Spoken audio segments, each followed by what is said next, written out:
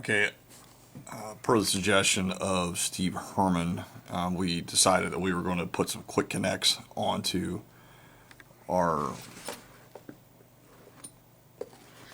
vents, our portable vents that are in the medics, and then also on the oxygen bottle that is in the green bag, the green first in bag. So I was just going to go through that real quick with you and what it looks like. So as you can see, we've got a quick connect adapter. This will be kept on the end of the green hose. So obviously the ventilator, this is the complete vent. Complete vent, you see the green hose comes off of it. It's still connected, the same spot that it always has been here. Comes around, and then this is the part that typically, before where we would take the Christmas tree off of the oxygen port in the medic, or we'd put it on the DISS, which is the two little nipples that are on the portable oxygen. We'd screw that on, but now we'll have the quick connect, so you can see that. And then in turn, there's also going to be this little short hose that'll be kept on the portable oxygens. So you can see this is actually the one that's out of the green bag. So we put it on one of these are called DISS's, so it doesn't need to come off of here. I'm just taking it off to show you where it goes.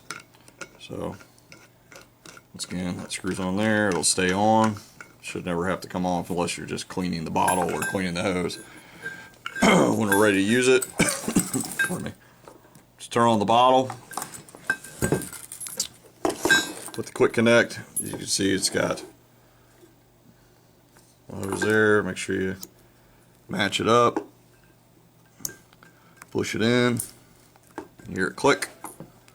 Once you turn the bottle on, you should start getting oxygen to your vent. So, we're to take it off, we just twist and pull it apart. Okay, and then when we're ready to use it in the back of the medic, I will show you how to do that.